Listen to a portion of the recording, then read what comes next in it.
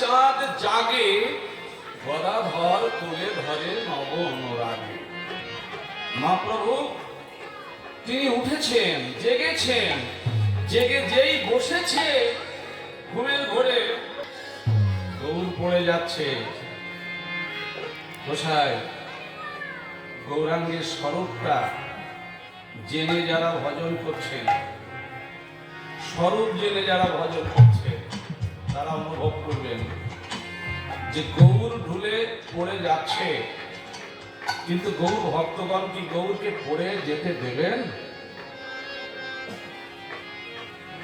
স্বরূপ, কারণ স্বরূপ না জেনে ভজন করলে কেমন হয় জানেন? ওই আম গাছে অনুমানে একটা ঢিল মারলাম, তো যদি আমের বোটায় লাগলো তো আমটা পড়লো, আর না লাগলো যদি কারো মাথায় লাগলো নাহলে টাক ফাটলো, যে একটা কিছু হবে।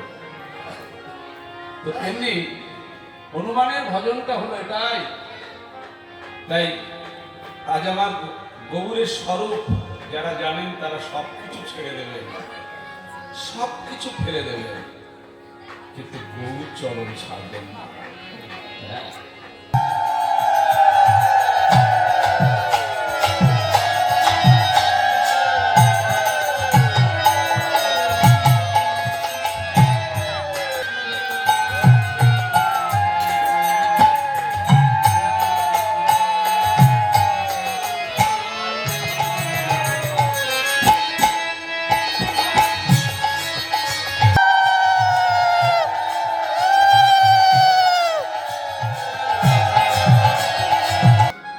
তো বলছে ভাই তুমি তো আমারই জাতি ভাই, তাই তুমি এই পচা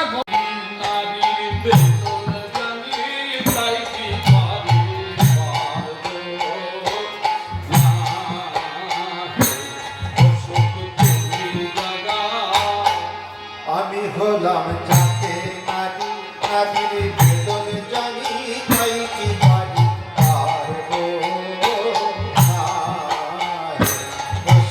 তুমি জাগাও। আমি হলাম জাতে নারী, আমার যদি জাগাতে হয় তাহলে কিন্তু আর আমারে পাবি না। হ্যাঁ, কেননা আমায় যদি জাগাইতে হয় আমার এদেশে আর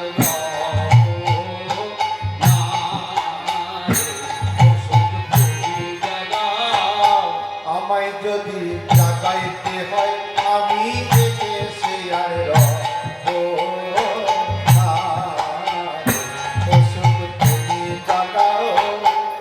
সংসুখ, আমার যদি রাধানীকে জাগাতে হয় আমি এই দেশান্তরী হয়ে চলে যাব, তবে সে তখন কিন্তু বুঝবি এ সুখের শাড়ি আর পাবি না। ঠিক আছে তো? দেখুন একটা কথা, স্ত্রী যদি স্বামীকে বলে ঠিক আছে আমার পথ আমি দেখে দেব, হ্যাঁ আমার আর পাবে না, মাথা খারাপ হয়ে যাওয়া চল না, কি বলে? হ্যাঁ, তো মাথা খারাপ হওয়ার পর স্ত্রী বলে আমার আর পাবে না, আমি চলে যাবো। আর এখনকার দিনে বর্তমান তো জানেন, আগের দিনে 10-একটা চলে গেলেও অসুবিধা হতো না, কিন্তু এখন মুশকিল হয়ে যাবে খুব।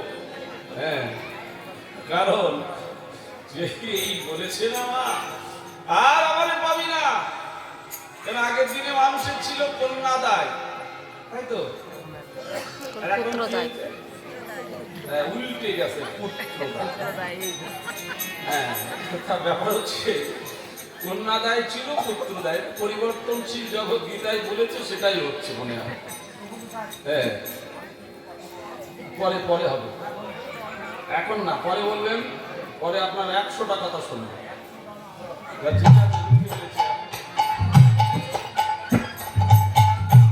আচ্ছা ঠিক আছে বলছি তো, শুনবো।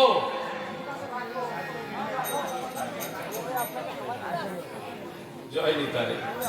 সুখের শাড়ি আর পাবে না। এবার শাড়ি কি বলছে জানেন?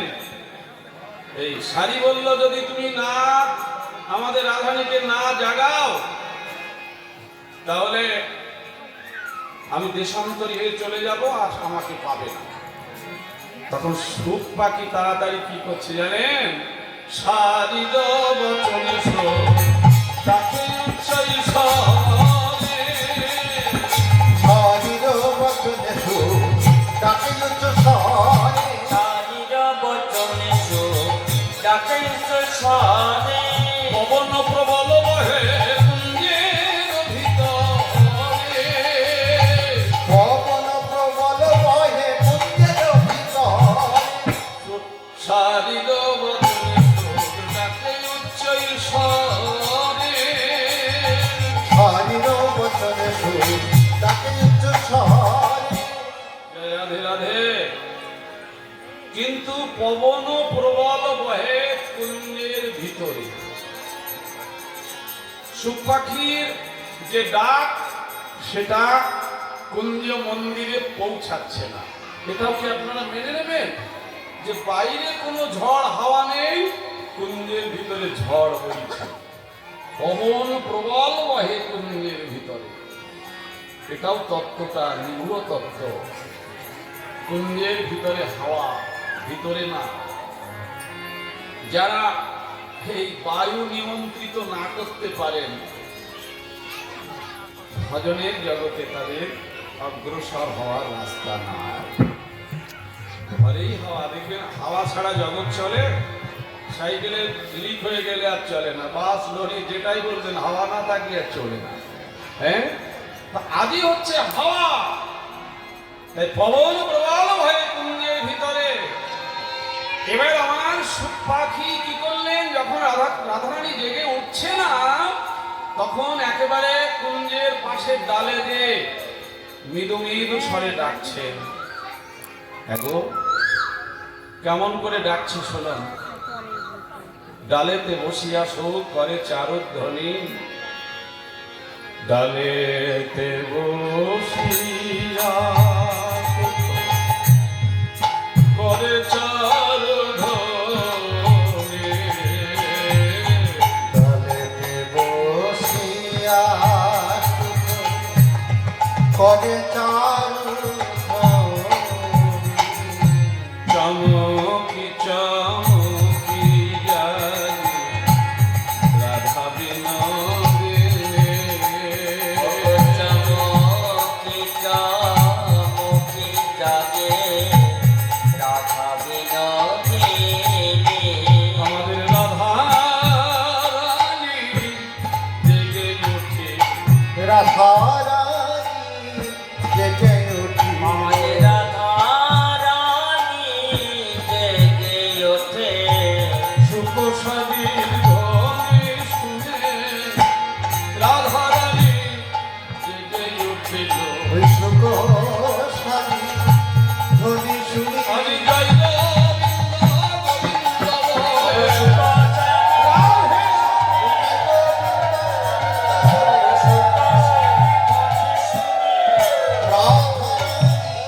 জেগে উঠিল।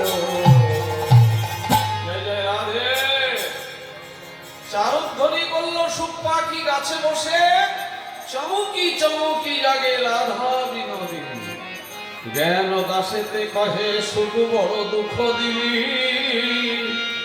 কমলে কনকলতা কেন ছাড়াইলি? কেন ছাড়াই কৃষ্ণ জড়িয়েছিল। এবার রাধারানী যে